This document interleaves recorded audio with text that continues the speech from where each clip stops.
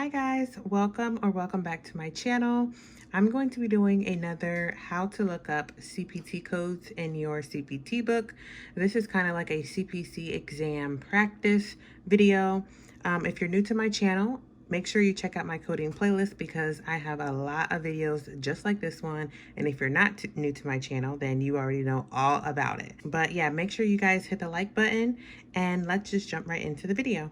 Okay, so for our first question, we have patient seen in hospital with chronic kidney failure being evaluated by his endocrinologist after having a catheter placed in the peritoneal cavity for dialysis.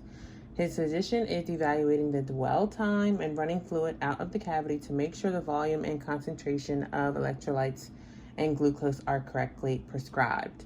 What is the correct CPT code? And I have some bullets here to kind of like train your brain to start thinking of what's going on in the question. He's being evaluated for a catheter that was already placed for his dialysis. So it says, be aware that there are different types of dialysis. So this one is going to be for peritoneal. And then my bullet 2 says, determine how many evaluations the patient received. And I have in parentheses, this is a single evaluation, because it does not say that the patient is being reevaluated or that they plan to evaluate them again the next day. It's going to be a one-time evaluation. So let's go into our CPT book in the back section, and we're going to go to dialysis. So let me pull that up. And we have dialysis down here, and you see that there is hemodialysis, and then up here we have patient training, and then there's peritoneal, and it says 4055F, 90945, and 90947. So when you see multiple codes like that, you want to write them down. So I'm going to have 4055F and 90945, 90947. And this first code here is actually a category 2 code.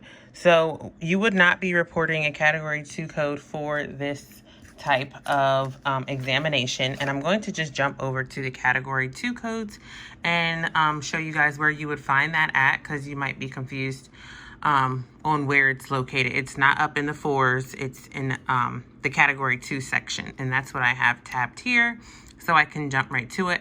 I have a note that these codes are not used for facility billing, and let me see, it says here, these codes are intended to facilitate data collection about the quality of care rendered by coding certain services and test results that support nationally established performance measures and that have an evidence base as contributing to quality and patient care.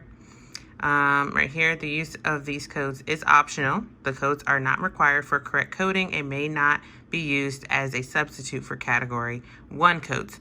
So category 1 codes are the codes that are all the way in the front. So pretty much codes before category 2 are category 1. So you are not to use these codes to replace any of those codes, including unlisted procedures. So if you can't find a code for something specific category 1 code, you need to bill the unlisted.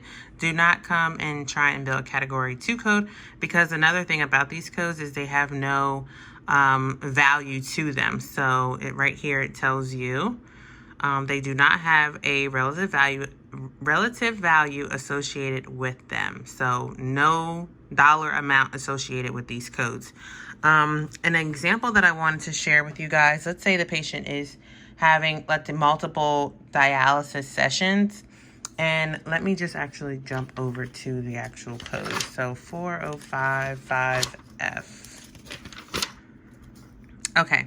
So here's where it reads 4055F, patient receiving peritoneal dialysis. So I'm going to assume that you would report this if the patient is having multiple dialysis sessions, but the provider probably already billed for all of those sessions. So instead of billing them separate each time. Let's say they bill for 5 dialysis sessions in a CPT code or something like that.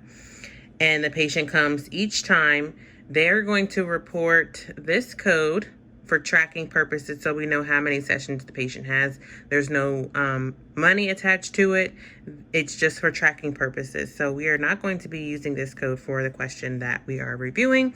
So now we need to go to our other 2 codes, which is 90945 and 90947, which is going to be in the medicine section. And we need to get to 90945. Okay, so make sure when you are taking your exam, you pay attention to the categories that you're in. So right here is dialysis, that's the category. And then these are the subcategories, which you see in red. So we know we want to be in dialysis because that's what the encounter is about. Is it hemodialysis? No, it's not. And then we see miscellaneous dialysis procedures. So we can skip over this. We don't need to read that. But you do want to read the guidelines for this section, and it tells you 90945 and 90947 describe dialysis procedures other than hemodialysis. And you see one of the examples that they give is peritoneal dialysis. Right here, code 90945 is reported if only one evaluation of the patient is required related to that procedure. And then 90947 is reported when patient has re-evaluations that are required. So our question clearly did not say that it was going to require re-evaluations or that this was a re-evaluation. So the answer for our first question is going to be 90945. Moving on to question number 2, we have a 59-year-old seen in outpatient facility for unilateral ureteral obstruction. Patient will have right ureteral stent placed with interpretation of a retrograde Hylogram. What codes or codes are reported? So we need to get back to our index, and we are going to look for stent, or you can look up placement. And we see stent exchange placement. We have arterial, bronchial, cardiac, colonoscopy, endoscopy, and I'm just going to keep going down. Ureter. So we have these codes here. We have 50605, 52282, 52356, and 53855 are our code ranges. So let's look at the very first one at the 50605. Okay, 50605. Ureterotomy for insertion of indwelling stent. And now we're going to go to the next one, 52282. So 52282.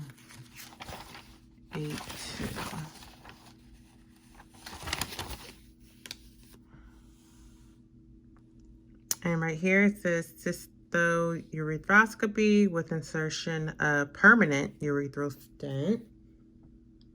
And still, that doesn't tell us what we need. So I'm going to keep looking. Next, we have 52356, 523.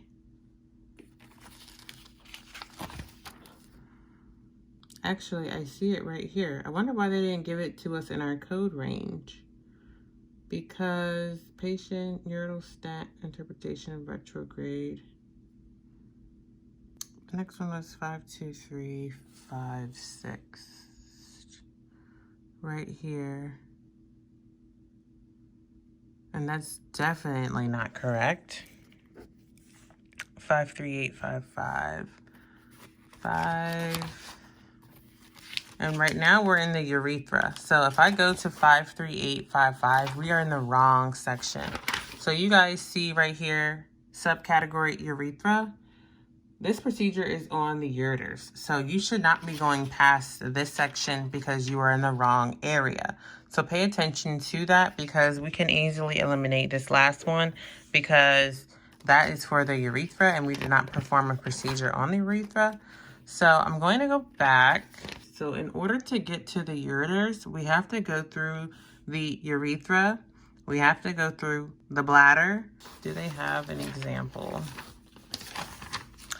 Okay, so like looking at this picture here, right underneath the bladder would be the urethra. That's how the urine excretes from the body.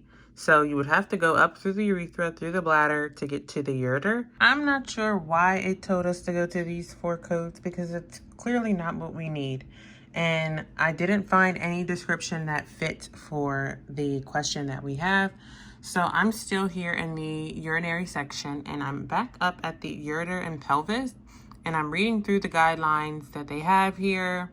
And it says to report insertion of a self-retaining indwelling stent performed during a diagnostic or therapeutic cystourethropy with ureteroscopy and or piloscopy. Report 52332 in addition to the primary procedures performed.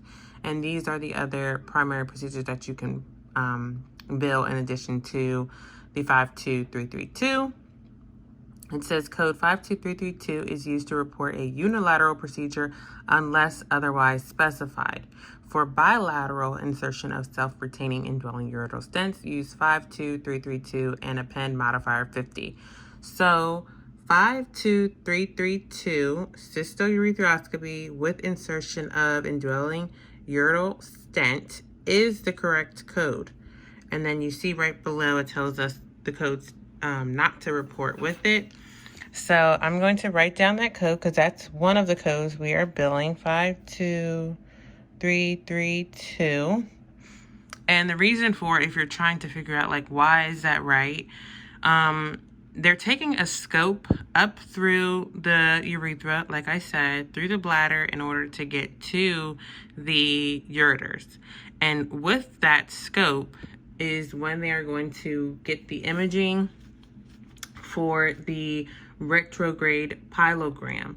So that is how they're going to figure out that information. If they just place the stent in the stent alone, then you probably would want to be looking at a different code if they did not use a scope. Probably right here, ureterotomy for insertion of indwelling stent, all types. So if they just place the stent in the stent alone, that's probably the code that we would report. And that was the very first one that they gave us as our first option, the 50605.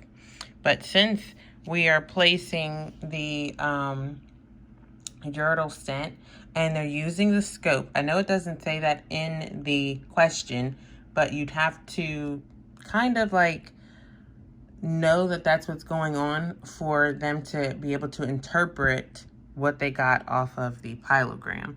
So in the back of your book, you want to go to pylogram. And pylogram is 74400. So I'm going to go to the radiology section. It's 774400. And that's where we'll find... Oh, wait, it's 744. Why am I at 77? 744.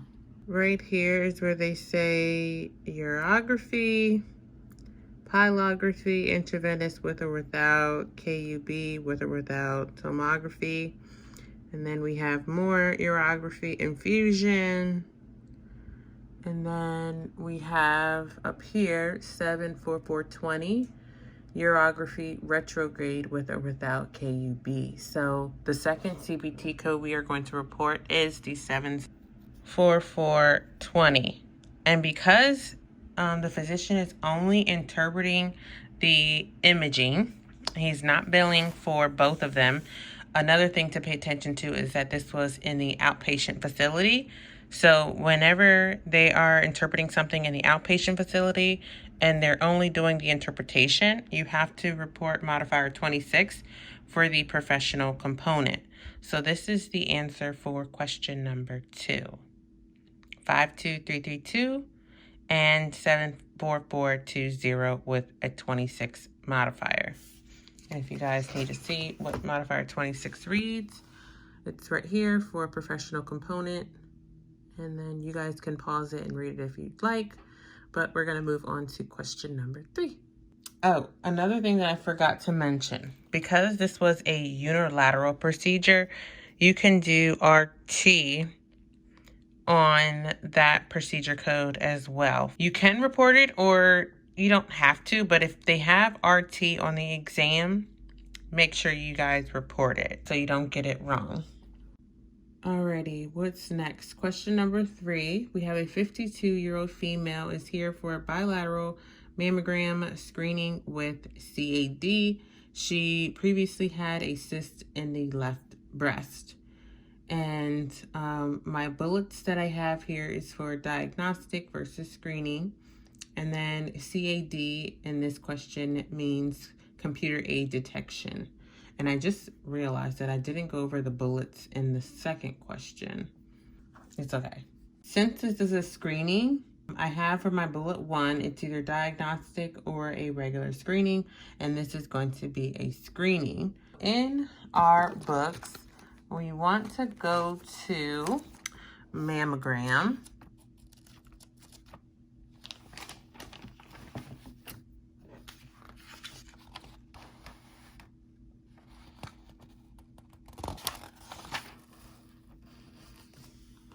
And it's going to be over here, mammogram. And then you see mammography with computer aid detection, CAD. We have 77065 and 77067 through those. So let me write those down. 77065 through 77067. And I'm going to go over there. Back to the radiology section.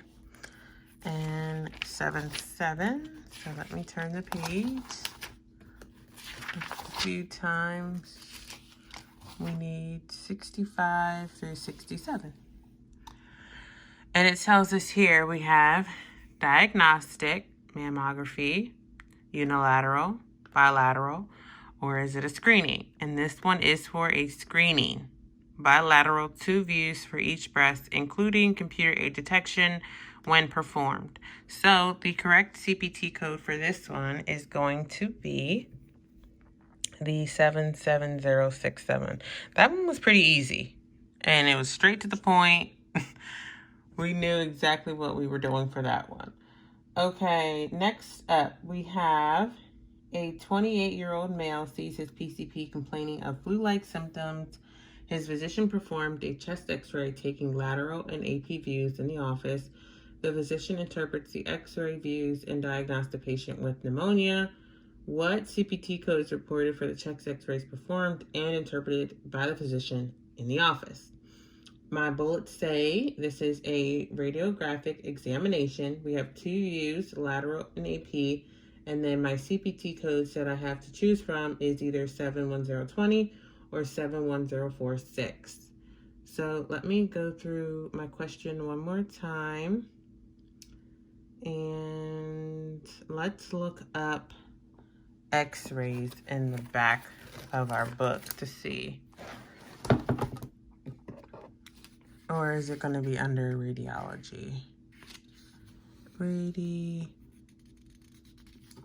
Oh, nope. See, radiography, it says C x-ray. So we need to keep going until we get to x-ray.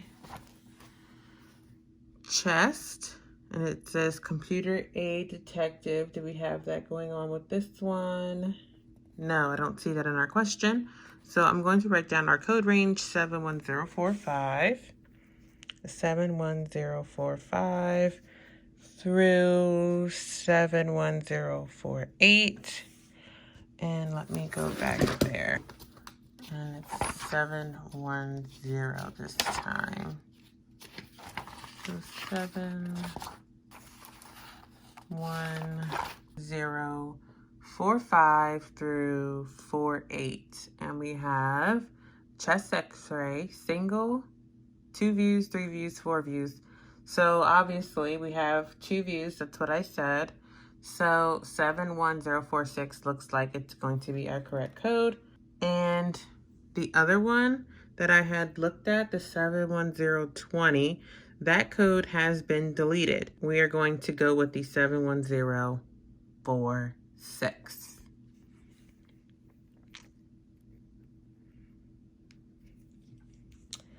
And if you need to figure out if you would use modifier 26 or not. So when it comes to modifier 26, remember I told you guys that was the professional component. Since this x-ray was done in the office, not in the outpatient facility or at the hospital, the provider does not need to report modifier 26. He will get credit, and the office would get credit for the professional side, which is the physician that interpreted, and then they're also going to get paid for the technical component, the equipment that was used. So you do not need to put the TC modifier on here, because that would be saying you're only billing for the technical side of it. And then the 26 is for the professional side of it. So by not reporting anything at all the credit will go to the office, which is what's supposed to happen in this scenario. So 71046 without any modifiers is our answer. And then we have our last question here, which I'm just going to jump over there because this is a multiple choice question. So technically the only thing we're going to be looking at is the modifiers in this question. And the CPT code is 36831. So it is the thrombectomy. All right, let me read the question. It says, patient is 51-year-old. It's a 51-year-old who has end-stage renal disease. This is a post-operative day 2 in the hospital for revision of his AV graft. He is having complications today with the graft failing. We decided to bring the patient back to the OR for an open thrombectomy on both sides. What is the correct code for performing procedure during the post-operative period? Bullet 1, it says review modifiers in the multiple choice answers. We have modifier 58, 79, and 78. Well, automatically, we should be reporting a modifier if this is going to be a surgery during the post-op. So number A, or letter A, we need to get rid of because we are definitely going to need a modifier. Bullet 2, 78 and 79 are modifiers for the patient going back to the OR.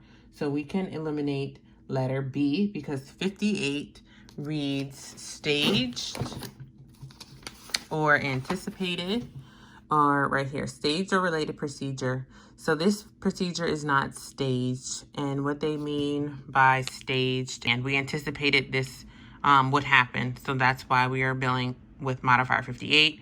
Was it planned? Maybe it was more extensive than the original procedure. This is not for a return to the OR. So right here, note 2, it says, for treatment of a problem that requires a return to the operative or procedure room. So you need to look at 78. Coming over here from modifier 58 to modifier 78, you see that it says an unplanned return to the operating or procedure room by the same physician or qualified healthcare professional for a related procedure during the postoperative period. And 79 reads an unrelated procedure or service by the same physician. So what happened here is we did not plan for the patient to come back to the OR. So we are going to report modifier 78 for this scenario. And our answer is going to be letter, which one? Yes, letter D. And that reads 36831 with modifier 78. And that is it for this video, you guys. I hope it was helpful, and I hope you enjoyed it. Let me know down in the comments below, and I will see you all in my next one. Bye.